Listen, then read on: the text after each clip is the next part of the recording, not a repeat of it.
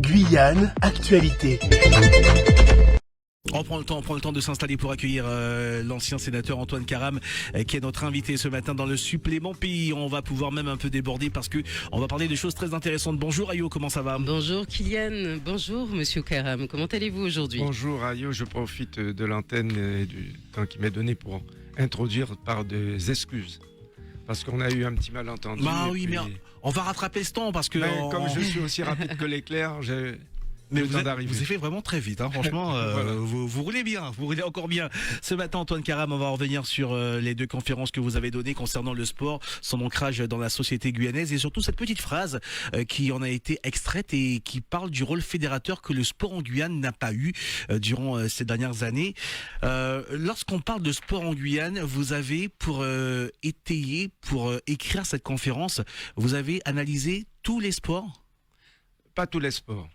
Mais d'abord, je voudrais préciser que je suis né au-dessus d'un local associatif. Le sport guyanais? Oui, au 37 avenue Général de Gaulle. Vous connaissez l'année. Un jour de carnaval, un mardi gras. Un mardi gras. Un mardi gras. Et au local, il y avait toutes les coupes, tous les maillots, tous les équipements. Parce qu'à cette époque, les joueurs ne s'habillaient pas dans les vestiaires. Il n'y en avait pratiquement pas au Parc des Sports. Donc, ils s'habillaient au local. Ils allaient à pied en chantant, pour braver souvent la police, l'équipe de foot de la police ou les militaires, oui, qui eux allaient jouer avec leur fanfare. C'était des moments très forts et le public, les supporters suivaient et il y avait déjà des centaines et des centaines de spectateurs pour voir ces matchs épiques au début des années 50. Donc on est au début des années 50. Je reviens sur la question que je vous posais, oui. Antoine Karam. Vous avez analysé combien de sports pour j'ai écrire cette conférence? choisi 4 disciplines. Naturellement, le sport le plus populaire avec ses 8000 licenciés, dont on dit qu'on aurait pu en avoir plus. Le football. J'ai choisi le basketball parce que le basket est un sport de plus en plus prisé, qui attire de plus en plus de jeunes, surtout sur les terrains de proximité, où vous voyez parfois sur un panneau complètement fatigués, déclassés et tout. Ils sont 7 ou 8 avec un ballon et ils essayent de marquer des 3 points ou de faire des dunks. Et puis nous avons aussi, dans l'histoire du basket guyanais, national, international, le premier Guyanais à avoir intégré la NBA, Tariq Abdullah. Oui, Olivier Saint-Jean. Olivier Saint-Jean, de son premier nom, puisqu'il a changé de nom. J'ai choisi l'athlétisme parce que moi j'ai une histoire avec l'athlétisme. J'ai été élu président de la Ligue, j'avais 27 ans. J'ai passé près de 11 ans à la tête de cette Ligue. Nous avons organisé des meetings internationaux qu'on intitulait Jeux de la Guyane. Et puis la boxe, pourquoi? Parce que la boxe est certainement un des sports qui a attiré le plus de spectateurs dans une salle qui pouvait en accueillir 500 et qui arrivait à recevoir plus de 3000 personnes. Je parle c'était d'Onzenac, le centre territorial d'Onzenac, avec d'abord Jacques Chinon, 6 fois champion de France, et Yuma Jacobin qui a été champion d'Europe et... Je ne sais pas si vous vous souvenez de cette époque, vous étiez peut-être bien jeune, mais c'était... Oh bah oui, il y avait l'ouragan de Cayenne. L'ouragan de Cayenne. On voilà. Se rappelle de ce match face à Julien Lorcy. Donc j'ai choisi ces sports. J'aurais pu parler du cyclisme, qui est le sport qui attire le plus de public durant le Tour de Guyane. J'aurais pu parler de handball. Nous avons une championne olympique, championne du monde de handball, mademoiselle Béatrice Edwige. J'aurais pu parler du tennis de table. Nous avons un super rôle des conditions d'entraînement de très grande qualité, mais il fallait choisir 4 sports pour cette conférence et je pense que si j'avais choisi d'autres sports, la conférence aurait duré une journée. Ayo. En quoi finalement le sport n'est pas suffisamment fédérateur en Guyane? On le voit quand même qu'il y a des champions guyanais à l'échelle locale, à l'échelle nationale, internationale. On ne citera pas leurs noms, mais on les connaît, les Malia Metella, les Loïc Prévost, Marie-Rose Carême, Gémina Joseph, pour ne citer que ceux-là. Aujourd'hui, en quoi consiste votre propos de dire que malgré tout, malgré les constats, ce n'est pas suffisamment fédérateur en Guyane? Je viens de voir aujourd'hui sur un document que nous sommes censés être en Guyane officiellement maintenant 320 000 habitants. Officiellement, mais certainement plus de 400 000. Pourquoi le sport n'est pas fédérateur comme je l'aurais souhaité?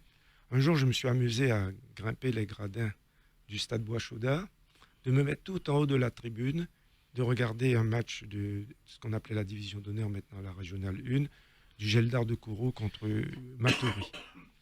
Et j'observais que sur le terrain, il n'y avait que ce qu'on appelle des créoles, mais moi je dis des Guyanais, avec peut-être un ou deux originaires d'Haïti, et encore, pas sûr, un ou deux Brésiliens sur le terrain.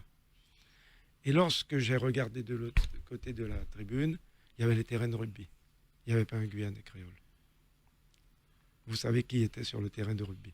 Oui. Et lorsque je regardais la piscine aussi, c'était un peu la même chose. Je ne parle pas des cours de tennis.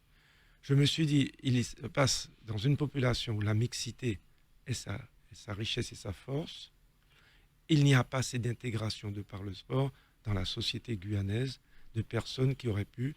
Parce qu'il y a autant... Moi, je vois des matchs de football entre gendarmes, par exemple. Mais entre militaires. il y a une belle image quand même qu'on a pu observer la semaine dernière avec le tournoi international de beach volley qualificatif pour les JO 2024. Là, on y a vu une kyrielle, on va dire, d'êtres humains de toutes les origines qui étaient présents autour de ce stade improvisé improvisé et calé pour le volleyball ce jour-là.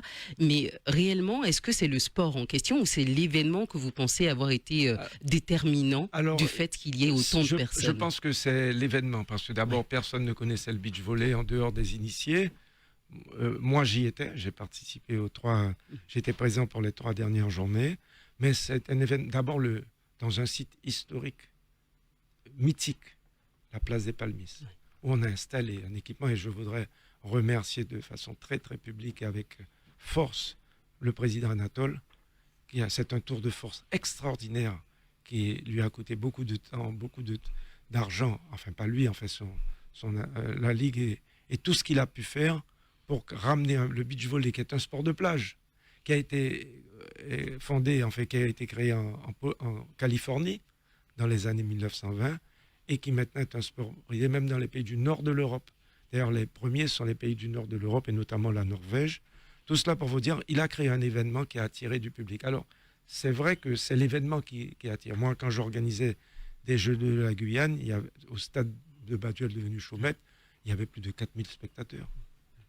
Lorsque la Tour a fait tous ses exploits en Coupe de France de basket l'année dernière, en 2022, c'est plus de 4000 personnes au stade. C'est l'événement qui crée. Le caractère exceptionnel de l'événement aussi. Crée. On a envie de se retrouver ensemble, de partager un moment de sport. Voilà, mais à côté de ça, je parle de la pratique sur le terrain, ça n'est pas suffisant. Il faut faire un travail de conscientisation depuis l'école pour que le sport soit fédérateur, parce que je reprendrai une maxime byzantine qui dit que les peuples sans sport sont des peuples tristes. Or, nous ne sommes pas si tristes que ça. Il y a tout et son contraire. Lorsque vous circulez dans Cayenne, notre l'île de Cayenne, entre 17h et 18h, vous voyez des dizaines de personnes, tout âge confondu, qui marchent, qui courent, qui font du sport, qui font des abdominaux. Vous allez tout près d'ici, à la ZAC, vous allez sur les routes de Montabo, de Montjoly et tout. Donc le Guyanais aime le sport. D'ailleurs, la nature le lui permet, le climat lui permet aussi de faire pratiquer du sport. Il n'y a pas d'hiver en Guyane, heureusement du reste. Mais ça n'est pas suffisant. Il faut aller beaucoup plus loin pour voir le nombre de licenciés augmenter, mais de gens venant de l'extérieur. Et ça n'est pas suffisant. Est-ce que ce n'est pas quelque chose, un débat que l'on peut entamer depuis les années 50, 60 en Guyane? Parce que lorsqu'on regarde un peu la structure des sports que vous avez cités, c'est quasiment la même aujourd'hui. Et certains, même d'autres communautés qui ont pu devenir des champions dans les sports que vous avez choisi d'analyser pour votre conférence sont très rares. Tellement ils étaient rares. D'ailleurs, ils font toujours partie de l'histoire de ces sports. Est-ce que ça ne trouve pas une genèse aussi dans le corporatisme de l'époque des années 50-60? Alors, c'est possible parce qu'il n'y avait pas de concurrence à l'époque. Vous savez que le sport en Guyane a pris une dimension extraordinaire lorsque la Fédération sportive de la Guyane a été créée en 1934. Et cette fédération regroupait tous les sports. Il n'y avait que le football, un peu le cyclisme, très peu le basket parce que les terrains, il n'y en avait pas, il n'y avait pas d'équipement structurant. Les autres sports ont intégré cette fédération, mais à la fin des années 60, plutôt à la fin des années 50, au début des années 60, 70, beaucoup de ligues se sont créées pour intégrer les fédérations nationales et ensuite les fédérations internationales. Et le cross-ski, devenu TOS aujourd'hui comité territorial olympique sportif, à partir de 1974. Il y a eu une meilleure structuration du sport à travers les ligues. Mais le fait même que ces ligues se retrouvent cloisonnées n'aura pas permis des passerelles pour que le sport soit fédérateur d'un mouvement d'ensemble général et populaire. Même si, je vous dis, dans la pratique du sport existe en Guyane. Mais il manque cet élan fédérateur pour que le jeune se sente intégré dans la société guyanaise à travers le sport, même si nous avons des références que vous avez citées il y a quelques instants. C'est quand même paradoxal parce que beaucoup de sports, dont le football, tirent leur popularité en allant chercher des pépites dans les quartiers populaires. Ces quartiers populaires, on voit un peu la structuration qu'il y a pour certains grands clubs de Cayenne. Et je parle des clubs historiques, hein, la J Saint-Georges, l'ancien club colonial, l'ASL, le Sport Guyanais. Il y avait également d'autres clubs qui ont disparu plus ou moins, mais qui étaient aussi importants à l'époque. Ce Rémire-Montjoly, on voit également avec l'USL Montjoly et l'ASC Rémire, El Paso de Rémire à l'époque, la structure de ces clubs. Est-ce qu'à un moment donné, dans ces quartiers populaires, il n'y a pas eu de rupture avec ces pépites qui peut-être n'avaient pas les moyens financiers, qui n'avaient pas aussi d'encadrement, qui leur permettrait, qui leur aurait permis en tout cas à ce moment-là d'aller chercher plus loin, d'aller être plus haut, plus assidu dans la pratique du sport? Il y a plusieurs aspects dans votre question. Jusqu'à quelques années, il y a encore quelques années, le football était fédérateur à partir des quartiers. Vous vous souvenez des compétitions, des tournois, de la cité rénovation urbaine? Absolument. C'était des milliers de personnes. Vous vous souvenez des tournois aux Canaries, des tournois à la cité Grande. Pourquoi? Parce qu'il y a eu une politique à l'époque, et je salue une pensée pour Gérard Holder, qui a été maire de Cayenne, qui était lui-même issu du mouvement sportif, un ancien joueur du Restart, venant de la jeunesse et des sports, et qui nous avait demandé, à l'époque, j'avais la délégation, de mettre en place des terrains de proximité dans tous les quartiers. À partir de ce moment, il suffisait de traverser la rue, et avec l'éclairage en plus, jusqu'à 22 heures. Ça a permis une intégration des jeunes des quartiers, d'aller rencontrer sur des terrains de proximité d'autres quartiers. Aujourd'hui, ces terrains n'existent plus. Le stade ce qu'on appelle Canaries, Raymond Cresson, qui a été un très très grand sportif, très grand champion d'athlétisme et tout. Le stade est pratiquement fermé, puisqu'il faut faire des travaux. C'est de la rénovation également. La rénovation urbaine, ça n'existe plus. Ouais. Le terrain central de la cité. Le terrain de la cité Grande, offert généreusement par un chef d'entreprise au Sport Guyanais, n'existe pratiquement plus. Les terrains de proximité, il y avait, où se trouve aujourd'hui l'hôpital, c'était le terrain du club colonial. Oui, absolument. Où se trouve aujourd'hui la gendarmerie, c'était le terrain de l'Olympique. Où se trouve la cité Mirza, c'était le terrain de Kongfa. Tous les clubs avaient un terrain. Alors, ce n'étaient pas des terrains extraordinaires, ce n'étaient pas des terrains synthétiques avec un gazon super performant et tout, mais au moins les clubs se retrouvaient. Et à partir de cela, il y avait cette intégration entre le quartier et les jeunes. Tout cela est terminé. Alors, il est complètement... Alors, aujourd'hui, et pourquoi? Alors, terminé, mais ça a été repris en grande partie par quoi? Par le futsal. Ceci est un sport qui est en train de prendre de la valeur aujourd'hui, c'est le futsal. Les gymnases sont mis à disposition de ces jeunes qui se licencient en futsal et préfèrent jouer en futsal plutôt que de jouer sur les terrains qui n'existent plus. Alors justement, la question que j'aimerais poser est la suivante. Est-ce que finalement, le fait que les Guyanais, vous sentiez qu'ils ne soient pas suffisamment fédérés autour de sport, ne tient pas également à l'inadaptation peut-être de certaines infrastructures sportives à nos réalités météorologiques et même à nos réalités, on va dire, en termes de vie sociale, etc. Mon exemple est le suivant. La dernière fois, il me semble, il y a 1 ou 2 semaines, lors de ce match qualificatif pour la CONCACAF, il y avait ce match qui s'est tenu à 16h parce que finalement, il n'y avait pas suffisamment d'éclairage d'après les administratifs qui organisaient cet événement.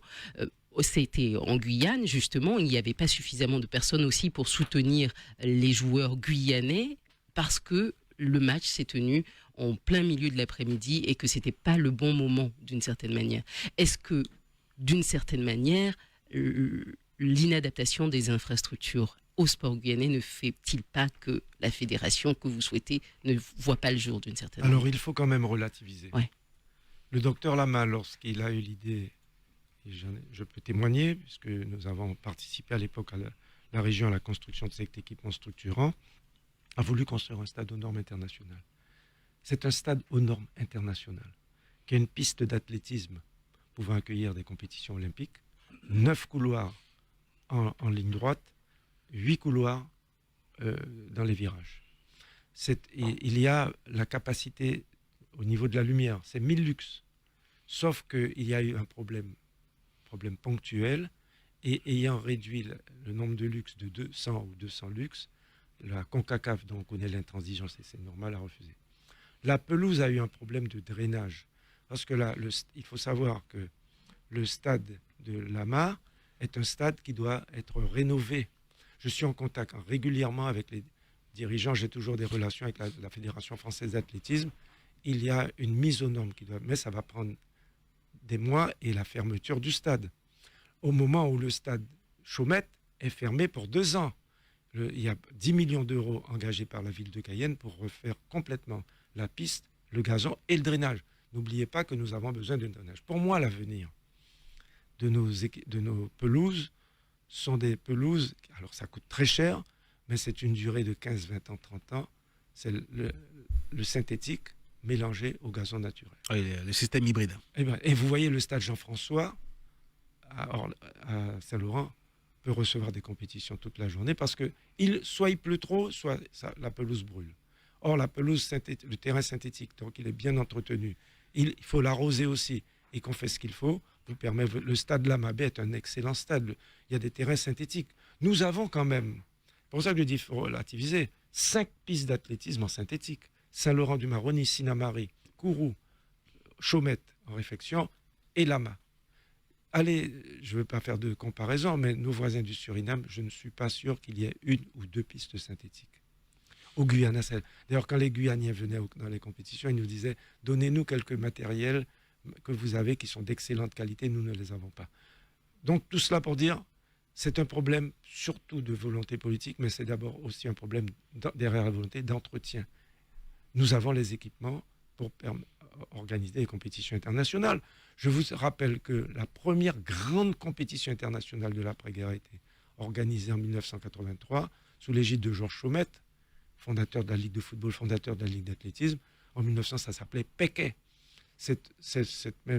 Durant cette même période a été organisé le congrès de la CONCACAF à la mairie de Cayenne. Et le stade de Baduel a accueilli des compétitions. Trinidad avait remporté l'épreuve avec des équipes Haïti, Suriname, Guyana, notre pays, la Martinique et la Guadeloupe. Tout cela pour vous dire, on a su organiser. La Ligue de football a organisé un match de barrage de Coupe du Monde de football dans les années 70. Nous pouvons accueillir des compétitions, simplement il faut entretenir et réhabiliter. Ce n'est pas un mal simplement guyanais que vous évoquez dans votre conférence concernant le problème de fédération que le sport a. J'ai regardé un peu ce qui se faisait chez nos voisins au Guyana, au Suriname. Quand on regarde leurs équipes nationales, quel que soit le sport, on voit beaucoup le même morphotype de personnes. Ce sont les descendants d'esclaves, les afro-descendants qui composent à 80%, 90% les équipes. Au Guyana, c'est également pareil. On ne voit pas la communauté hindoue qui est également très présente dans ces pays. On ne voit pas du tout la communauté asiatique. Et en remontant en Guyane... de France. Pardon ? L'équipe de France. L'équipe de France Espoir qui va jouer ce soir ou demain. Je regardais l'équipe de France. Il y a 8 originaires des U23. C'est ce que je vous dis. C'est vraiment le même topo. Je suis remonté aux années 80 des exploits du sport guyanais, la SL, le sport guyanais. Un peu avant. J'ai pris 80 parce que j'ai pu retrouver des archives 9 dessus. fois champion, 1966, 1960. Vous connaissez bien. Et j'ai été étonné parce que, quelque part, c'est aussi une autre vision. Années 80, 90, pendant 10 ans, entre 80 et 90, on regarde l'équipe du sport guyanais, on y retrouve quasiment toutes les communautés de Guyane. On y trouve, on a 2 milieux de terrain brésiliens, on retrouve une charnière défensive qui est composée d'Haïtiens et de Guyanais. On retrouve également des coulis qui se retrouvent sur les ailes. Vous connaissez ces joueurs. Pourquoi les choses ont changé, ont glissé comme ça? Qu'est-ce qui s'est passé? Moi, je n'ai parce que ces gens étaient des références pour les communautés, parce que on est quand même dans un système assez... parce que ces gens-là se sentaient profondément guyanais, quelles que soient les origines. On ne parlait pas d'origine à l'époque, on disait on était guyanais. Maintenant, tout le monde se dit originaire d'eux. Moi, ça me choque lorsqu'on me dit qu'Hudson Edouard, qui joue à Crystal Palace, qui est un des meilleurs buteurs anglais, est d'origine haïtienne. On dit Jemima, tout ça. Mais moi, ce sont des Guyanais. Moi, je ne veux pas savoir d'où ils viennent et tout. Aujourd'hui, on fait trop référence aux origines. Alors qu'avant, j'ai connu le Sport Guyanais était champion en 1958 avec un arrière central qui s'appelait Johan. Johan était surinamien. Personne ne disait qu'il était surinamien. Donc, tout cela, Lucien Loumi, on dit d'origine, chez nous, chinois nègre. Meilleur buteur des années 60 en Guyane, personne ne disait qu'il était chinois, ou bien qu'il était chinois nègre. Cette affaire d'origine est arrivée récemment sur notre territoire et qui confond les gens, qui font qu'aujourd'hui, on est cloisonné parce qu'on est d'origine haïtienne, d'origine brésilienne, d'origine... Et tout. Si on vit dans le pays, si on a choisi de vivre dans le pays, si on a choisi de le servir, d'y travailler et de faire du sport dans une communion qui réunit une population, eh bien, on est guyanais et puis on n'en parle plus. C'est un problème pour moi, une question idéologique. Et c'est à notre rôle, et vous aussi à travers les médias, de penser cela. Alors, regardez toute la polémique qu'il y a autour de Mike Maignan. Mike Maignan, international, Todibo, ils sont guyanais, ils sont nés en Guyane et tout, et bien, Mike Maignan dit « Ah, il est haïtien, il est guyanais. » Mais moi, quand je lis la presse nationale, je lisais tous les commentaires lorsqu'il a été blessé l'autre jour en championnat, en Ligue des Champions. Dans le journal Le Parisien, on a cité 5 fois le Guyanais Mike Maignan. Voilà. Oui, parce qu'à l'échelle nationale, tout ce qu'on voit, c'est quelqu'un issu du territoire guyanais, Oui, finalement. mais c'est le plus important pour moi. Et les détails infinitésimaux, finalement, de ces origines ne sont pas pris en compte. Voilà, c'est le plus important. Et moi, notre fierté est de voir qu'au prorata de notre population, nous avons sorti des champions performants au niveau mondial. Lorsque, dans un pays aussi petit que la Guyane, en nombre d'habitants, que nous avons quand même 4 ou 5 champions olympiques. 4 ou 5 champions olympiques, c'est une référence. Allez, faites une comparaison avec les régions françaises pour voir combien en dehors de la région parisienne et les grandes villes de plusieurs millions d'habitants, nous sommes une référence en termes de résultats. Alors, et je vais remonter le temps. Le premier Guyanais à avoir intégré, vous en avez parlé largement, l'équipe nationale de France de rugby au début du siècle, 1906 contre la Nouvelle-Zélande, c'est M. Georges Jérôme. Le premier Guyanais, parce qu'il est né à Saint-Laurent-du-Maroni, à avoir intégré l'équipe de France en 1931, il s'appelait Raoul Diane, 38 sélections. Donc, je peux vous citer pendant au moins 10 minutes des références guyanaises qui sont porteuses d'un espoir pour celles et ceux qui ont envie d'atteindre le sommet. Donc le sport, finalement, un outil d'intégration qui permettrait de faire peuple d'une certaine manière. Mais pourquoi, malgré tout, vous pensez qu'aujourd'hui, malgré le fait qu'Iliane le citait, le nombre de personnes, on va dire, étrangères dans les équipes de Guyane, mais aussi l'équipe de France, etc., pourquoi, malgré le fait qu'ils soient intégrés aujourd'hui dans ces équipes-là, qui représentent d'autres pays que leur pays d'origine, vous considériez qu'en Guyane, le sport ne soit pas encore le fédérateur que vous auriez Non, mais souhaité? c'est ce que je vous ai expliqué. Oui. Parce qu'il n'y a pas assez de licenciés, de personnes venant de partout, oui, dans les ligues. Oui. Le jour où on arrivera à intégrer toutes ces personnes et que, plutôt qu'elles jouent entre elles, les Haïtiens ont leur tournoi, les Brésiliens Oui, il y a ce mais à quoi ça tient, en côté fait? communautariste À quoi ça tient? aussi. Eh bien, mais c'est ce que je vous dis, c'est le meilleur moyen de combattre le communautarisme, c'est de fédérer le sport et d'attirer le maximum de jeunes, d'où qu'ils viennent, quelles que soient les origines, dans un mouvement intégrateur qu'est le sport et avec les disciplines qui composent le sport en Guyane. C'est un combat qu'il faut mener. Mettez votre Mais moi, casque, Antoine Karam. Je ne suis pas inquiet. On a des appels ce matin, on dépasse et on va prendre plaisir à discuter avec vous parce que le sujet est très intéressant. On ne parle pas que de sport, on construit également une vision de la société guyanaise sur les 30-40 dernières années. Radio Pays, bonjour. Bonjour. Oui, bonjour. Bonjour. Bonjour. Oui, Patrice. Salut Patrice. Oui, Bonjour Patrice. Ouais, bonjour aux supporters de l'OM aussi, après tout ce qui s'est passé. Bon, oui, donc Malik va t'accorder le temps qu'il faut pour expliquer tout ce qu'il a expliqué. Parce que bon, je voulais apporter ma pierre à l'édifice en demandant gentiment à M. Karam, en sa qualité d'historien, et surtout en sa qualité aussi en étant observateur du changement, avant qu'il parte, est-ce qu'il ne pourrait pas nous faire une petite analyse pour dire à quel moment le fait de se dire d'origine a pris? Bon, ça c'est la première chose ça m'intéresserait de le savoir. Moi, j'ai vu, quand je suis arrivé en Guyane, effectivement, moi ce qui m'a choqué un petit peu, effectivement, c'était que il y avait ce mélange d'équipes. Et au fur et à mesure, on a vu des petits championnats qui se créaient à côté. Le championnat amérindien. J'ai pas vu le championnat Bouchingue, peut-être qu'il y en a eu un, mais je l'ai pas vu. Les Brésiliens jouaient entre eux. Ils se rencontraient chaque week-end. Est-ce que c'est pas le nombre qui a inversé la tendance? Peut-être avant, ils n'étaient pas suffisamment nombreux pour être avec tout le monde, et que ce nombre important a fait que ça les a attirés, ça leur a permis de rester entre eux, et ce qui fait que comme tu disais, le rugby et toute la bande, ça attire des communautés. Moi, j'ai vu, depuis que je suis là, je vois que des juxtapositions de population. J'écoute. Merci beaucoup. On prend notre appel, Antoine Carême, comme ça vous pourrez répondre à tout le monde. Radio Pays, bonjour. Oui, bonjour. Bonjour. Oui, Bonjour. en fait, je rebondis un petit peu sur le fait que il y a quand même pas mal de jeunes. Bon, j'ai parlé de Soula finalement, où il y a quand même pas mal de points ou de chutes pour les jeunes et les moins jeunes, on va dire, pour faire du basket, entre autres, et du foot. Il y a des petits terrains de foot béton. Donc finalement, on se retrouve avec des jeunes issus de divers horizons. Et finalement, ce qui est intéressant, c'est que finalement, vous parliez de peut-être des horizons ou des origines, et finalement, c'est de prendre ça avec le côté, avec tout le sens de la curiosité qui s'impose. Voilà. Donc, quand c'est pris de ce point de vue-là, ça va. Mais si c'est uniquement pour faire des polémiques, parce que vous parliez de polémiques tout à l'heure, je pense qu'il y en a qui sont forts pour faire des polémiques, mais il ne faut pas s'en occuper, justement.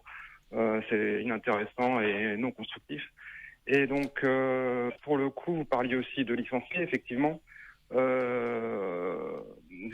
de là, finalement, qui dit licencié dit club. Et peut-être, je me suis souvent posé la question à savoir si finalement certaines communes pourraient augmenter leur nombre de clubs. Il faudra aller par beaucoup d'investissements, beaucoup plus d'argent. Et vous parliez aussi de structure. Puis on dit que faire de la politique, c'est prévoir, c'est anticiper. Donc finalement, des terrains de sport ne se délabrent pas du jour au lendemain. Il ne faut pas attendre que le dernier panneau de basket faut pas en tête qu'il n'y en ait qu'un pour agir, quoi. Voilà, c'est tout. Merci beaucoup. On prend un tout dernier appel. Comme ça, vous pourrez répondre à tout le monde, et on en prendra d'autres tout à l'heure. Rassurez-vous. Radio Pays, bonjour. Bonjour Kylian. Bonjour. Bonjour Monsieur Karam. Bonjour. Voilà. Moi, bonjour à Yo également, elle est là. Bonjour, comment Yo, vas-tu? oui, Yo, désolé. Franchement, c'est bien de mon émission en cours et je ne me suis pas rendu compte. On veut surtout ta question, Oui. c'est celle qui nous intéresse, oui. Oui, alors, moi j'aimerais appuyer un peu ce que vient de dire cet auditeur-là. Sauf qu'il y a un élément que nos élus ont oublié entre-temps, c'est qu'en Guyane, on a environ 50% de l'année pluvieux. Donc ça veut dire avec une grosse pluviométrie. Tous les sports de salle, dits de salle, ne peuvent pas être effectués par les amateurs, les sportifs du dimanche. Pourquoi? Parce que nous n'avons pas de lieu dédié à ce genre de sport de salle et ouvert au public. Oui, les halls sont fermés le dimanche. Voilà, et même pas que le dimanche. Le hall Marigard qui a été construit au niveau de... À côté de chez nous. À côté de chez nous. À côté de chez nous. Est-ce que ce hall est accessible à tout public pour pouvoir faire un souhait? Non, c'est pas le cas. Le hall est accessible aux sportifs licenciés, aux équipes, et ne permet pas une pratique du sport libre. Et je suis de ta génération, Kylian. Donc, lorsque moi, je faisais des souhaits à l'époque, je suis rentré dans un sport, dans l'équipe, et en plus le sport guyanais, j'ai joué au sport guyanais pendant un moment, au basket. Pourquoi? Parce qu'il n'y avait plus de possibilité lorsqu'il pleuvait de faire du sport à l'extérieur. Et c'était le seul moyen d'assouvir ma passion. Donc c'est un peu dommage. Je pense qu'ils ont oublié cette partie-là. Voilà. Merci beaucoup pour l'appel, Antoine Karam. On va répondre à tout le monde. Le premier appel de Patrice qui prend une analyse globale et part comme vous de la déstructuration de cet esprit d'union à partir du moment où on s'est dit Guyanais d'origine 2. Ça vient à quel moment? Ça commence à intervenir dans l'esprit des personnes à quel moment? Une vingtaine d'années à peu près, un peu plus, 30 ans à peu près, lorsque la population a commencé à augmenter considérablement. Et ça l'a entraîné des cloisonnements et du communautarisme, comme je l'ai expliqué dès le début de notre émission. Donc, c'est une analyse. Je n'ai pas donc de choses à rajouter sur ce que Patrice a dit, puisque nous partageons le même constat. S'agissant de la deuxième question, là, il n'y avait pas de question. C'est une analyse d'un constat. D'un constat et tout le reste. Et puis enfin, la troisième question... Les stades couverts, l'accès aux les sports, structures. oui, couverts. Alors, c'est une question politique, fondamentalement. Parce que je râle tout le temps. Il a parlé de stade couvert, mais le stade de Morne-Coco, Edwige, les cousins Edwige, Étienne et Eric Edwige, est fermé du mois de juillet au mois de septembre. Et ce qui se passe, c'est comme il est fermé, nous, on va sur des terrains vagues, les anciens, mais les jeunes, ils prennent des risques et traversent les clôtures au risque de se blesser. Je n'ai jamais compris pourquoi, à mon époque, ça n'existait pas cette histoire, que les terrains, les équipements soient fermés, surtout pendant les vacances scolaires. Pour éviter les dégradations, peut-être, mais faudrait-il qu'il y ait des gens qui soient là. Dans les années 80, en fait, et Antoine Karam s'en rappelle très bien, la plupart des jeunes des quartiers populaires, parce que dans les quartiers populaires, comme la rénovation urbaine où j'ai grandi, il y avait une école à côté, voilà, c'est ce que je vous dis. Et on allait jouer sur les structures de l'école, et il n'y a jamais eu de dégradation. Les dégradations ne venaient pas, en tout cas, des personnes qui jouaient. Il suffit de renforcer le gardiennage, de donner une clé. C'est ça. D'avoir des ressources humaines qui soient là pour... De faire quand même... les représentants des quartiers, des associations, ce que nous faisons au niveau de l'Ambiance Club, prendre des assurances, il faut une couverture quand même. Mais moi, je crois qu'il faut mener, d'ailleurs, je l'ai dit aux élus actuels, il faut mener une réflexion pour que les équipements sportifs, qu'ils soient en salle ou en plein air, soient ouverts au public en dehors des équipes compétitives. Parce que quand font les jeunes, eh bien, ils cassent, ils tentent de fracturer les portes pour rentrer, ils ont besoin des équipements. Et il était plus facile avant de rentrer dans la cour des écoles lorsqu'il était en plein air. Oui. Moi, je vois le hall à côté de Radio Pays trop souvent fermé. Et c'est pourtant une belle salle de sport. C'est une question d'organisation qui relève de la politique de la ville, de la commune ou de la structure la plus haute, la CTG. On prend des autres appels. Tout à l'heure de... on prend les appels. On a encore tout plein ce matin pour Antoine Karam. Radio Pays, bonjour. Bonjour. Oui, allô, bonjour. Bonjour, madame. Bonjour. Bonjour, Antoine. Bonjour, Kylian, et bonjour, Alio. Bonjour, bienvenue. Antoine, c'est Dorothy. Dorothy, bonjour. Ouais, tu es bien placé pour en parler. Et je pense que ton intervention là ce matin est excellente, mais toutefois, il faudrait que les auditeurs comprennent qu'il y a plusieurs aspects sur le fait que, là, parce que le thème d'aujourd'hui, c'est le fait que les gens la population, le sport ne fait plus, comment dire, n'est plus fédérateur. Oui. N'est plus fédérateur. Eh bien moi, pour ma part, parce que j'habite dans un quartier populaire, pour ne pas le nommer la cité Bonhomme, enfin une cité, parce que c'est un quartier, une cité, nous avons un terrain de football, Antoine, que tu connais très bien, et un espace sportif, basket, handball et puis si s'ensuit. Pour avoir appelé plusieurs fois la mairie de Cayenne, l'espace football est bien entretenu, mais l'autre espace n'est pas entretenu. N'a pas été entretenu pendant un bon bout de temps. Maintenant, c'est nettoyé. Et puis la deuxième chose, c'est que je crois que... Moi, je vais parler pour Cayenne parce que je suis les autres, parce que effectivement, j'ai eu 30 ans au service des sports de la ville de Cayenne, mais Cayenne m'intéresse toujours. Et je pense que la politique sportive de la ville n'est pas assez étudiée. Parce que dans ma cité, il y a énormément d'enfants dans les rues. Et il n'y a pas d'animation sur les terrains. Et ça peut être fédérateur parce que ce sont des enfants de tout pays.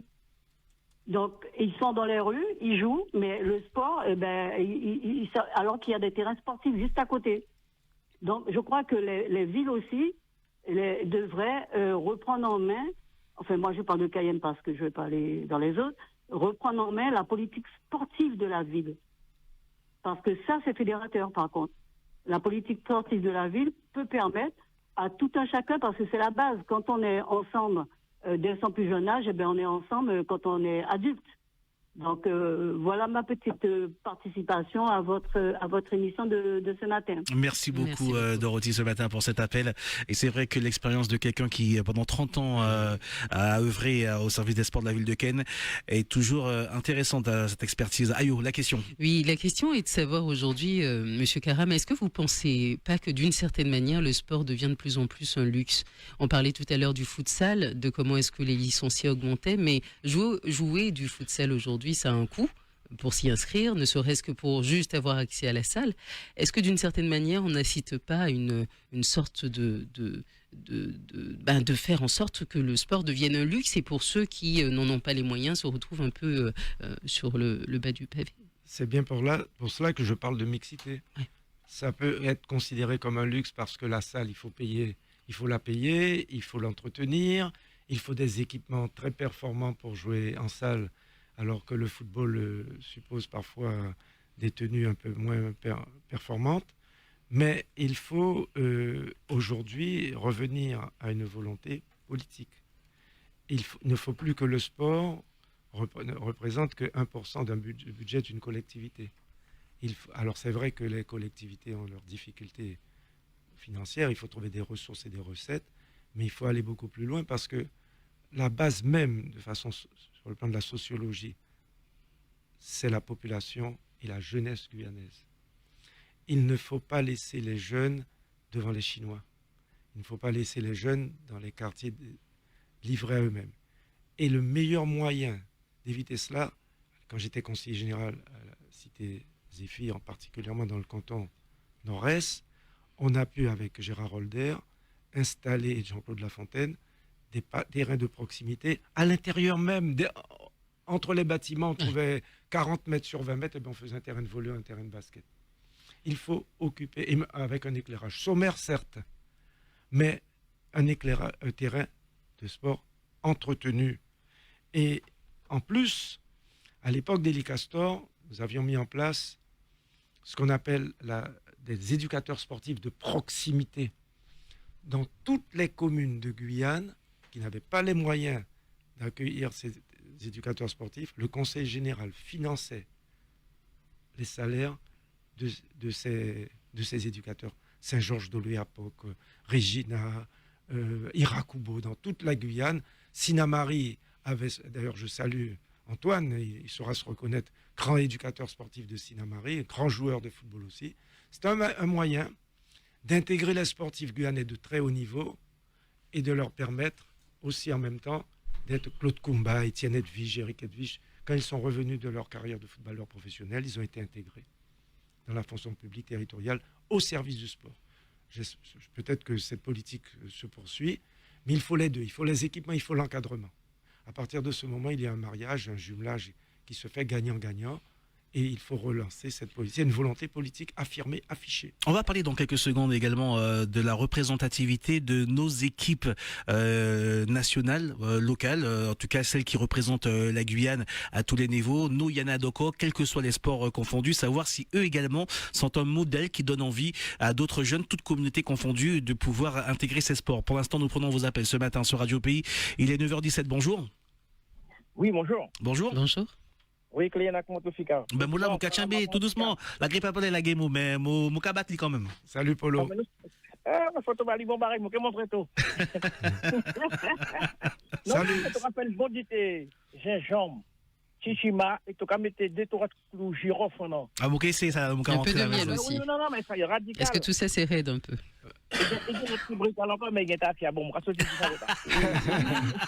Salut, Polo. Oui, mais, président. Oui. Il y a une bête à oublier.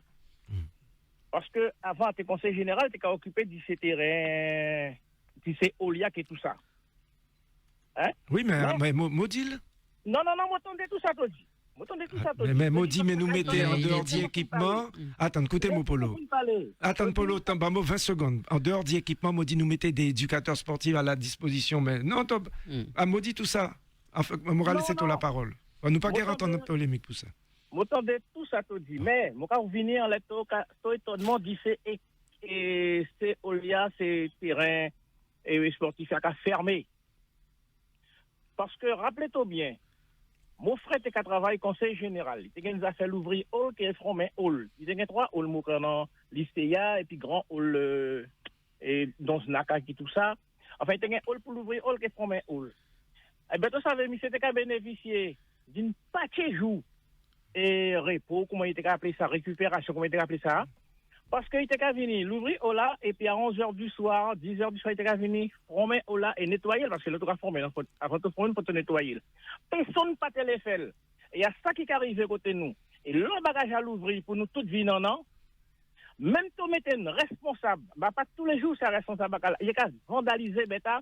Moi, quand changer, madame, on parlait d'un petit terrain sportif derrière bâtiment, entre l'école et ces bâtiments-là. Ben, à tous les jours, la guerre, c'est qu'à faire. Si vous avez qu'à venir, tout ça, il y a fait, il y a qu'à dévisser Arsoa, il y a qu'à l'équille. Ah oui, effectivement, oui. Il y a qu'à couper filet, il y a qu'à l'équille. Donc, il arrive un moment, il n'y a pas vous laisser l'ouvrir encore, puisque il y a qu'à délabrer, il y a qu'à défendre. Terrain football, là, nous avons changé, nous avons fait un terrain football et puis inauguré que bon, Burk. Exact. En fait, bon, là, ça, il bout est responsable. C'est qu'à former. Il y a qu'à couper le grillage pour y rentrer. Bon, à partir du quartier, tu dit mot, mais à tes publics. Tous les jours, mais la bonne chrétienne pouvait dire tout ça tous les jours. Il était là qu'à coup de grillage, coup de grillage, coup de grillage. Donc, à nous-mêmes qui qu'a fait, si ça, ce problème a arrivé. Alors, ça fait communautarisme. Un peu tout le monde, parce qu'à chaque fois, il y a qu'à mettre tout vivant dans le même quartier. Tout cas, la matinée, il y a une saut. Donc, allez, me paraît citer tout, hein. Il y a une saut qui là. Donc, il y a qu'il y a ensemble, donc il y a fait mettre ensemble. Nous pas qu'à mélanger tout le monde ensemble. D'ailleurs, bon, nous avons un gros problème aussi nous-mêmes. Nous toujours pas envie de mélanger, en même temps, nous qu'à mélanger, nous qu'à triper. Bon, moi, quand je dis ça, merci beaucoup. Est-ce que finalement, la question, c'est pas d'avoir une conscience du bien commun, en fait? Parce que le vandalisme est effectivement une question d'éducation au sport aussi et du bien commun, d'une certaine manière. Alors, je voudrais quand même dire que pendant longtemps, pour nos équipements sportifs pouvant accueillir du public et les associations pour les compétitions, il y avait un gardiennage permanent. Tout le monde se souvient de M. Derrick Romney, de Mano Jair, qui pendant des décennies ont occupé un F2 ou un F3. Ils vivaient sur place. On ne peut pas mettre des gardiens derrière tous les sportifs, c'est compliqué. Non, mais je parle des équipements. À 3h du matin, pour arroser le terrain, ils se réveillaient. C'était un acte de foi, c'était une vocation. Au stade scolaire actuel, Georges Chaumette, il y avait une maison avec un gardien. Lorsque nous avons construit Mande Coco, il y avait un gardien. Jean-Claude Lafontaine, à stade scolaire. Oui, c'est ça. Il n'y a plus de gardien parce qu'aujourd'hui, il faut qu'il y ait des gens, des permanents pour donner satisfaction à Paul, pour que les terrains soient tout le temps ouverts et qu'il n'y ait pas de difficultés et de massacre des terrains parce qu'ils sont parfois détériorés et tout. Il faut mettre des gens sur place, comme ça se passe pour les grands équipements. Oui. Malheureusement, pour des raisons organisationnelles, de la fonction publique, tout cela a disparu. Il faut retourner aux sources même du gardiennage pour nos équipements sportifs. Et l'éducation à la conscience du bien commun, parce que c'est ça à la base, il n'y aurait pas de dégradation si les jeunes étaient, conscientisés sur l'importance de se dire ça nous appartient. Pas que les jeunes. Tout le monde. Il faut arrêter de pointer les jeunes parce que pour avoir vu des dégradations sur les terrains, ce ne sont pas les jeunes. Autant pour moi. Que tout le monde finalement soit conscient d'une certaine manière. Oui, mais c'est bien ça. Il faut organiser des prises de conscience à travers des séminaires dans les écoles, expliquer. Nous avons, plus qu'ailleurs en Guyane, besoin de nos équipements ouverts, en permanence.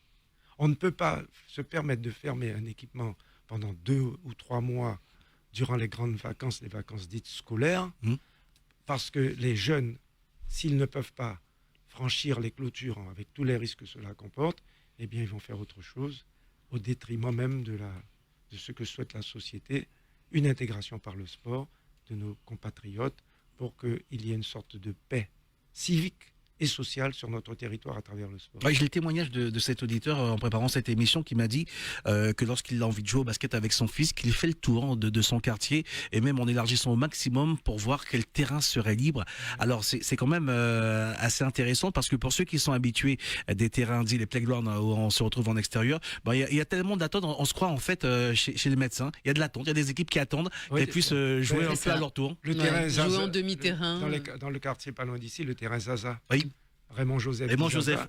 Eh bien, il y a, alors je ne sais pas dans quel état, ça fait un petit moment que je ne suis pas passé par là, mais tous les soirs, il y a des dizaines et des dizaines de jeunes qui jouent au basket jusqu'à 22h, 23h. Oui, ça tourne, en fait, ça devient des petits tournois et avec toutes les tensions que ça peut comporter. Je vous pose la question, Antoine Karam, tout à l'heure, de nos équipes nationales, notre équipe nationale, quels que soient les sports confondus, parce que l'exemple vient toujours du plus haut. Et quand on regarde la structure de nos équipes, c'est vrai qu'elle n'est pas représentative du tissu social guyanais. Est-ce qu'à un moment donné aussi, il faudrait pas que certains éducateurs puissent reprendre leur bâton de pèlerin et aller chercher des pépites un peu partout, plutôt que de se dire ce qui se fait aujourd'hui, les récupérer par un système que l'on met à l'école où il y a des détections qui se font régulièrement dans le système scolaire, où on va également récupérer en club. Avant, il y avait des éducateurs, et vous le disiez, c'est un sacerdoce, qui allait au-delà de la fonction même d'intégrer des jeunes qui étaient présents, aller voir dans les quartiers, dans les petits tournois,